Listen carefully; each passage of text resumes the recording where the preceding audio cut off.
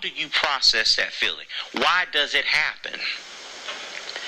When someone ghosts you, it is because they cannot or will not have a difficult conversation with you. They are keeping something from you. And instead of them being man or woman enough to face you, they being more concerned about their feelings, they choose to take the cowardly way out of the situation. They will self-sabotage the relationship rather than stand in front of you and give you the 100% honesty that you deserve based on the amount of investment that you put into them. People in this world, ladies and gentlemen, some people have no sense of awareness outside of themselves. That's one of the reasons I made a video a couple of weeks ago about thinking outside of yourself, considering things outside of yourself, because we live in a world where people operate off of the principle of any means necessary to accomplish my own agenda. You don't have the right to sign someone else up for something they did not sign themselves up for. If you have unresolved emotional attachments to someone else, you have no business entering into a new relationship with someone. If you have not fully gotten over your ex-wife, your ex-boyfriend, your ex-girlfriend, your ex-husband, do not jump into a new relationship with someone else. If you're not fully committed in a relationship, do not drag someone along and waste their time. You don't have the right to do that.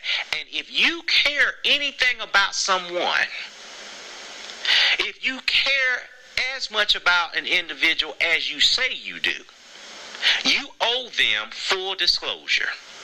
They have the right to know all of the dysfunction that you bring with you. They have the right to know that. And I'm going to say this to people who are in the dating space. Do not date people that you are unequally yoked to. And what I mean by unequally yoked, don't date someone who does not have a shared experience with you. If you and that individual do not have a shared experience, you don't need to be dating that person. If that person's been married twice and you've never been married and you're entering into a relationship with them, that's probably not going to work out. I'm just saying.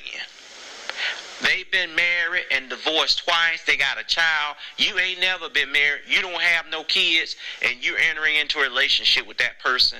There's baby mamas. There's ex-wives. Are you really signing yourself up for that? If you sign yourself up for that and you're okay with that, that's between you and that person. But if you are someone who is bringing a lot of baggage with you, a lot of unresolved issues with you into a new relationship, you have to disclose that. You need to disclose that to that person. You don't have the right to bring chaos and confusion and turmoil into somebody else's life. You don't have the right to do that. You just don't. And it angers me, and it frustrates me that we live in a world where there are so many damn selfish, inconsiderate people who have no regard for the amount of chaos and confusion and hurt that they cause to other people. But because it's all about how they feel and all about what they want, they will do any damn thing that they want to do without any sense of awareness outside of them.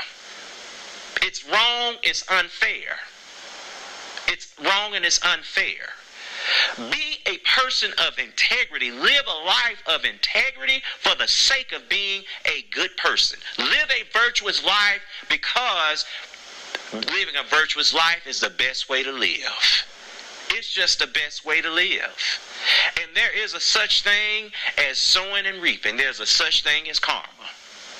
And the energy that you put out into the universe, you reap the harvest from that energy. And I always say to people, when people say, well, whatsoever you reap what you sow, I tell people, stop. You don't reap what you sow.